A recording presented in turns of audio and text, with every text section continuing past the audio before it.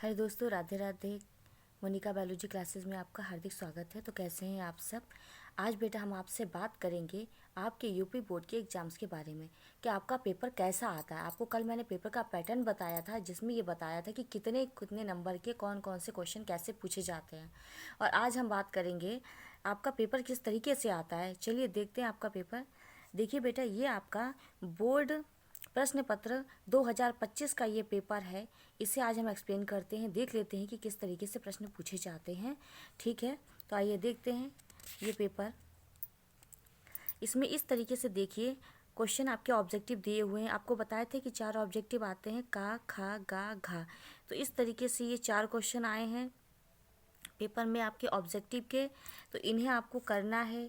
जैसे कि आपके पढ़े हुए भी ये क्वेश्चंस हैं, जैसे कि आरबी कैची क्या है। आरबी कैची आपको बताया था, काटने वाला एंजाइम, प्रतिबंधन एंजाइम या रेस्ट्रिक्शन एंडोन्यूक्लियस एंजाइम। तो बहुत ही छोटे छोटे से क्वेश्चन है। ये 4 क्वेश्चन आपके विकल्प वाले हो गए।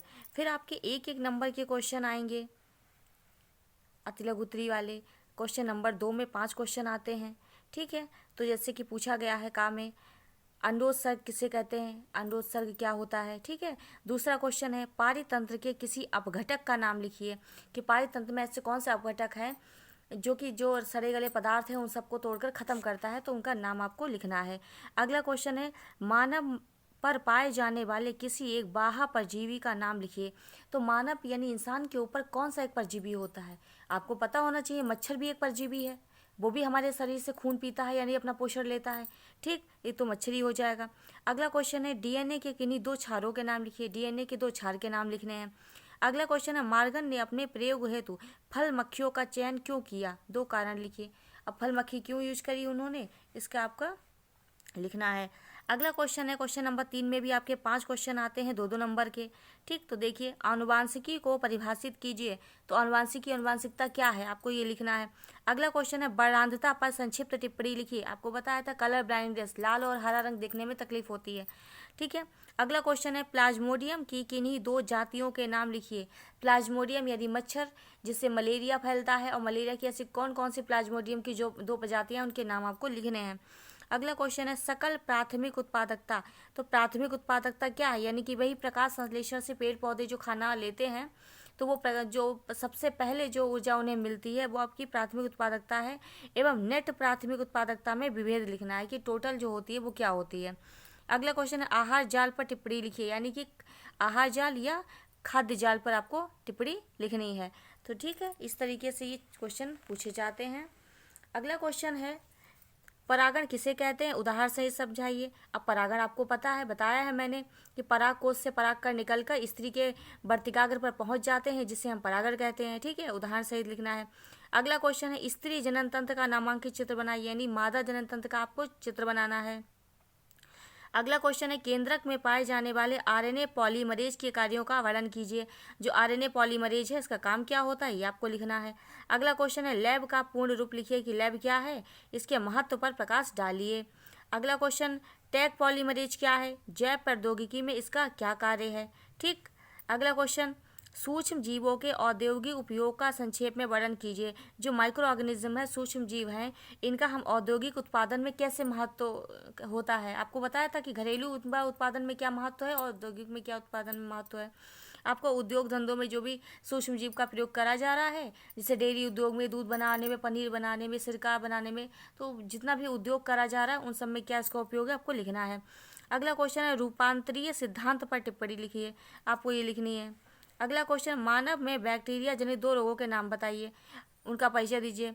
मानव में कौन से 2 बैक्टीरिया वाले रोग हैं जो बैक्टीरिया फैलाता है, उनके बारे में आपको लिखना है। एक तो टाइफाइड, वो भी बैक्टीरिया से ही होता है, सैल्मोनेला टाइफी बैक्टीरिया जो है वो टाइफाइड फैलाता है। टीवी है, ट्यूबरकुलोसिस। तो इस तरीके से आपको 2 बीमारियों के बारे में लिखना है। अगला क्वेश्चन है बाहित मल उपचार में सूक्ष्म जीवों की भूमिका का संक्षेप में वर्णन कीजिए। तो बाहित मल उपचार में सूक्ष्म जीवों का उपयोग कैसे किया जाता है, ये आपको लिखना है। अगला क्वेश्चन है पुनर्योगज डीएनए तकनीक में प्रतिबंधन एंजाइम की क्या भूमिका है। डीएनए जो रिकॉम्बिनेशन टेक्निक है उसमें जो रेस्ट्रिक्शन एंडोन्यूक्लियर एंजाइम होता है वो क्या करता है, आपको लिखना है। एंजाइम क्या करता है, डीएनए खंडों को तोड़ता है ना, तभी तो वहाँ से एक जगह से हटा करके उन्हें दूसरी जगह पे पहुँचाया जाएगा। ठीक, इसलिए इसका काम आपको लिखना है। अगला क्वेश्चन है बीटी कपास पर टिप्पणी लिखिए। बैसिलस थूनी जीएनसिस कपास पर आपको टिप्पणी लिखनी है। अगला क्वेश्चन है पॉलीमरेज श्रृंखला अभिक्रिया का क्या महत्व है, यानी पीसीआर के बारे में आपको लिखना है। अगला क्वेश्चन है क्वेश्चन नंबर 7, ये आपका दीर्घ उत्तरीय प्रश्न है। आवृत बीजी पादप में मादा इक्मुकोद्भिद के निर्माण का सचित्र वर्णन कीजिए। आपको बताया था इंपॉर्टेंट क्वेश्चन में ये आ सकता है, मादा इक्मुकोद्भिद का विकास किस तरीके से होता है, इसका आपको सचित्र वर्णन करना है। अथवा में पूछा गया है परिवार नियोजन की विभिन्न विधियों का विस्तृत वर्णन कीजिए। आपको ये भी बताया है कि इंपॉर्टेंट है क्वेश्चन, इंपॉर्टेंट लिस्ट में आपको ये सारे क्वेश्चन मैंने बताए हैं कि ये सब आ सकते हैं।